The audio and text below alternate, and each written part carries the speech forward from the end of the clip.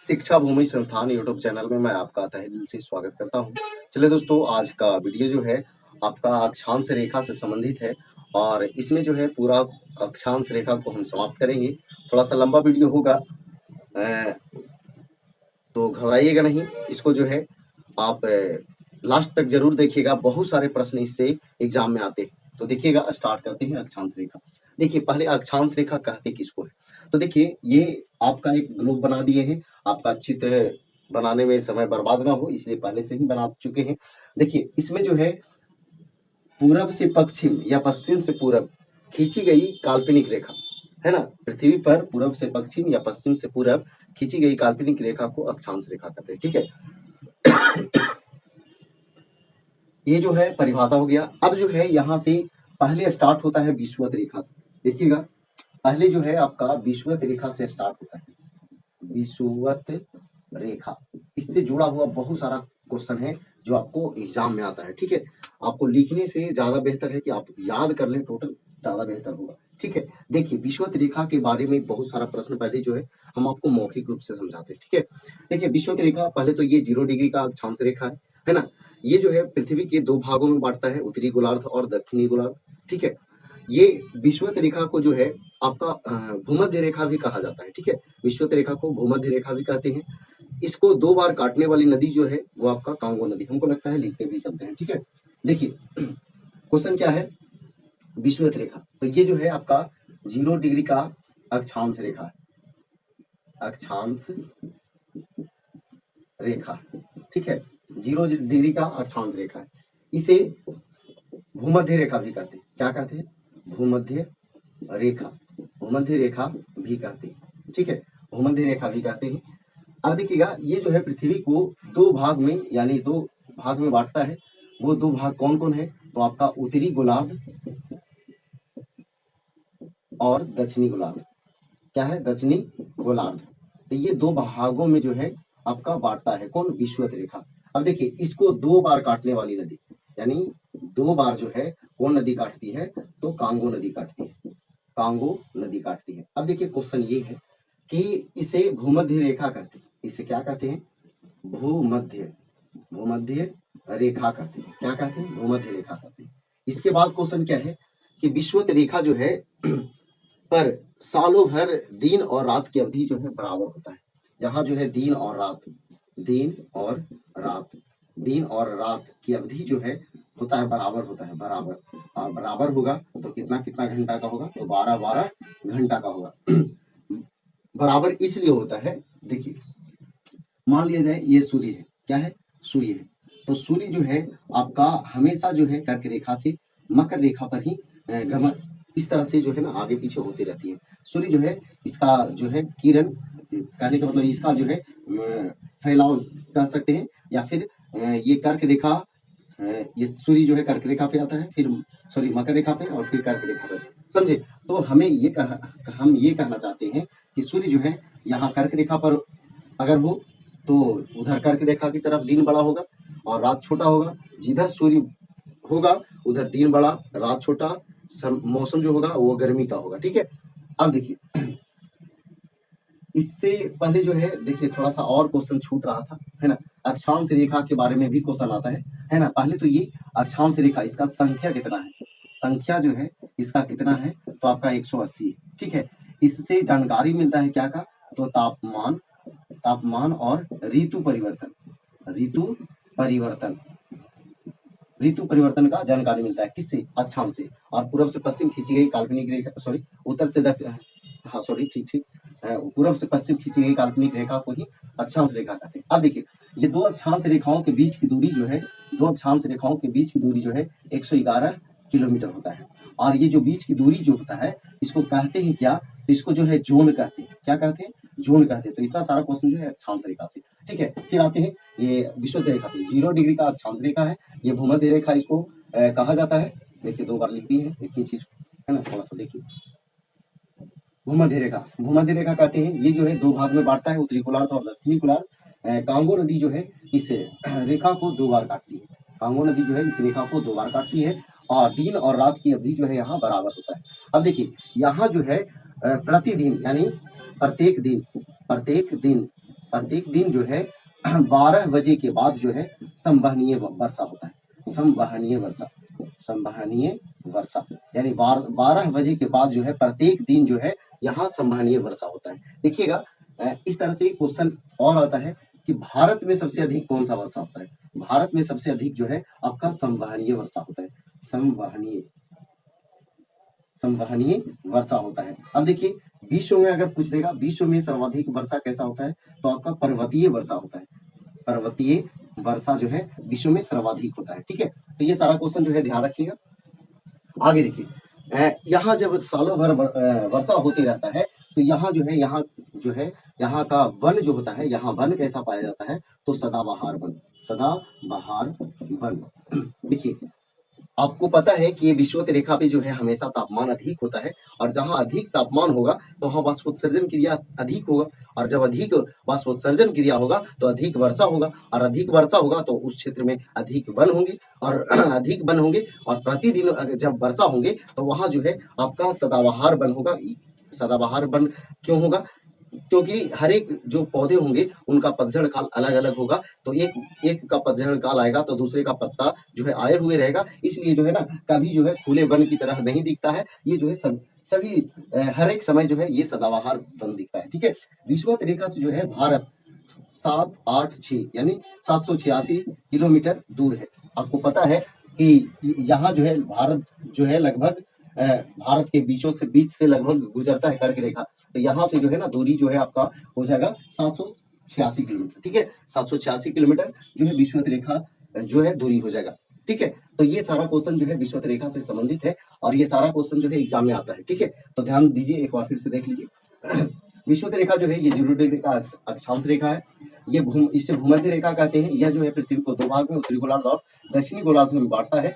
इसको 2 बार काटने वाली नदी जो है कौन है, कांगो नदी है। यहाँ प्रत्येक दिन 12 बजे के बाद संवहनीय वर्षा होता है। भारत में सबसे अधिक कौन सा वर्षा होता है, संवहनीय वर्षा होता है, जबकि विश्व में सर्वाधिक वर्षा जो होता है पर्वतीय वर्षा होता है। आगे देखिएगा यहाँ दिन और रात की अवधि जो है बराबर होता है 12-12 घंटे का। ठीक है, आगे देखिए भारत में संवहनीय वर्षा सर्वाधिक, विश्व में पर्वतीय वर्षा सर्वाधिक। यहाँ जो है प्रतिदिन जब वर्षा होगा तो यहाँ जो है वन कैसा पाया जाएगा, सदाबहार वन पाया जाएगा। ठीक है, यहाँ जो है विषुवत रेखा से जो है दूरी भारत का कितना है, तो 886 किलोमीटर। तो ये सारा प्रश्न जो है आपका एग्जाम में पूछता है। फिर अक्षांश रेखा, इसका संख्या जो है 180 है। इससे तापमान और ऋतु परिवर्तन का जानकारी मिलता है, और 2 अक्षांश रेखाओं के बीच की दूरी 111 किलोमीटर है, 111 किलोमीटर है। जबकि उस 2 अक्षांश रेखा के बीच जो क्षेत्र होता है उसको क्या कहते हैं, तो जोन कहते हैं। क्या कहते हैं, जोन कहते हैं। तो इतना सारा जो है आपका विषुवत रेखा से संबंधित हुआ। ठीक है, हमें लगता है अब आगे बढ़ते हैं। ठीक है, विषुवत रेखा से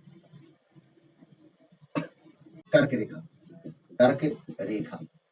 देखिए कर्क रेखा से जुड़ा हुआ बहुत सारा क्वेश्चन जो है आपको क्लियर हो जाएगा। देखिएगा तो कर्क रेखा जो है ये पहले तो ये है कि आपको 23.5 डिग्री उत्तरी अक्षांश रेखा है। ये जो है 23.5 डिग्री उत्तरी जो है अक्षांश रेखा है। कौन सा रेखा है, अक्षांश रेखा, अक्षांश रेखा है।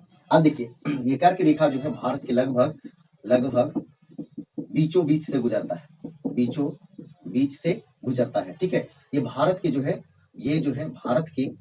भारत के 8 राज्यों से गुजरता है। ठीक है, और ये राज्य जो है आपको क्रम से याद रखना है। ठीक है, तो हम पश्चिम से आपको पूरब की ओर बढ़ते हैं। ठीक है, पश्चिम से पूरब की ओर बढ़ते हैं। देखिएगा पश्चिम में जो है सबसे पहले जो है आपका गुजरात है, गुजरात। इसके बाद जो है आपका राजस्थान। इसके बाद जो है मध्य प्रदेश। इसके बाद जो है आपका छत्तीसगढ़। इसके बाद जो है झारखंड। इसके बाद जो है झारखंड है। इसके बाद पश्चिम बंगाल। इसके बाद जो है त्रिपुरा है, और इसके बाद जो है लास्ट में जो है आपका मिजोरम है। तो देख लीजिए 8 को हो गया होगा, 1 2 3 4 5 6 7 8। ठीक है, तो ये जो है आपको क्रम से याद रखना है।